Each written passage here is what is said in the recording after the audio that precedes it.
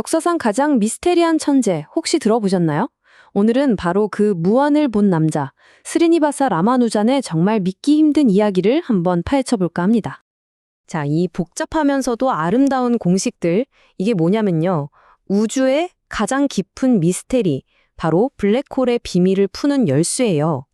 근데 진짜 놀라운 건 이 공식을 만든 사람이 당대 최고의 천재 과학자가 아니었다는 사실입니다. 믿어지세요? 네, 맞아요. 놀랍게도 이 공식들은요, 지금으로부터 100년도 더 전에 수학 정규 교육은커녕 인도에서 그냥 평범하게 일하던 아주 가난한 회계사무원의 머릿속에서 나왔습니다.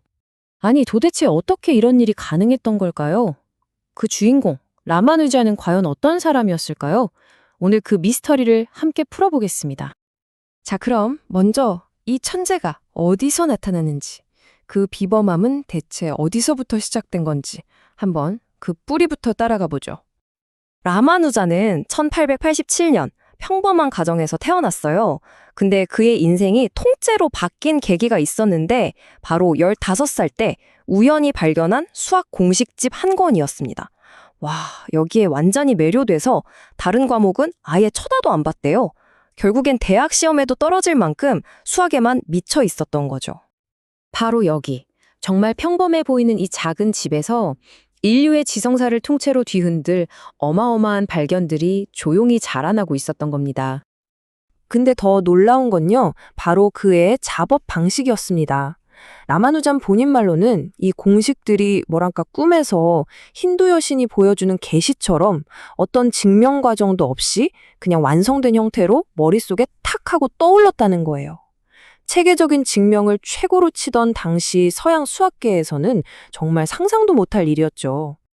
그렇게 세상에 알려지지 않은 채 그는 자신만의 비밀스러운 수학 세계를 노트에 하나하나 채워나가기 시작합니다. 먹고 살아야 하니까 낮에는 항구에서 회계사무원으로 일했어요. 그러니까 낮에는 정말 평범한 직장인이었던 거죠. 하지만 밤이 되면 세상 그 누구도 상상하지 못했던 위대한 수학적 발견들로 노트를 빼곡히 채워나갔습니다. 바로 이 두 모습이 그의 삶을 딱 보여주는 것 같아요. 왼쪽에 아주 소박하고 평범한 현실 세계, 그리고 오른쪽 그 노트 속에 담긴 무한하고 복잡한 내면의 세계, 이 두 가지가 공존했던 거죠. 그렇게 그가 거의 혼자서 발견하고 정리한 공식, 정리, 항등식이 무려 3,900개에 달했다고 합니다. 와, 진짜 믿기 힘든 숫자 아닌가요? 그리고 바로 이 시점에 그의 인생은 물론이고 수학의 역사 전체를 바꿔놓을 아주 결정적인 순간이 찾아옵니다. 1913년 라마누자는 용기를 내서 자신의 발견 중 일부를 편지에 담습니다. 그리고 그걸 어디로 보냈냐 하면 당시 세계 수학의 심장이었던 영국 케임브리지 대학의 최고 석학 G.H. 하디 교수에게 보낸 거죠. 하디의 반응은 정말 전설로 남아있죠. 처음엔 그냥 웬 이상한 사람인가 하고 무시하려 했대요. 그런데 편지에 적힌 공식들을 보고는 충격에 빠져서 이렇게 말했다고 합니다. 이것들은 진짜일 수밖에 없어. 만약 진짜가 아니라면 그 누구도 이런 걸 상상해낼 수조차 없었을 테니까. 한눈에 그냥 이 사람 보통이 아니구나, 천재구나 알아본 거죠. 그리고 이 편지 한 통이 역사상 가장 독특하면서도 위대한 지적 파트너십의 시작을 알리는 신호탄이 되었습니다. 이 두 사람 정말 모든 게 정반대였어요. 라마누잔이 직관과 영감으로 무엇이 정답인지 단번에 알아챘다면 하디는 논리와 엄격한 증명으로 왜 그게 정답인지를 파고들었죠. 말 그대로 동양의 직관과 서양의 논리가 만난 완벽한 조합이었던 셈입니다.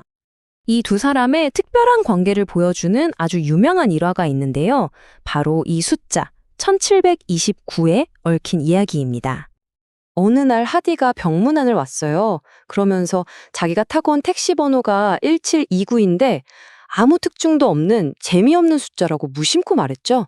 그랬더니 아파서 누워있던 라마누잔이 눈을 번쩍 뜨면서 바로 대답하는 거예요.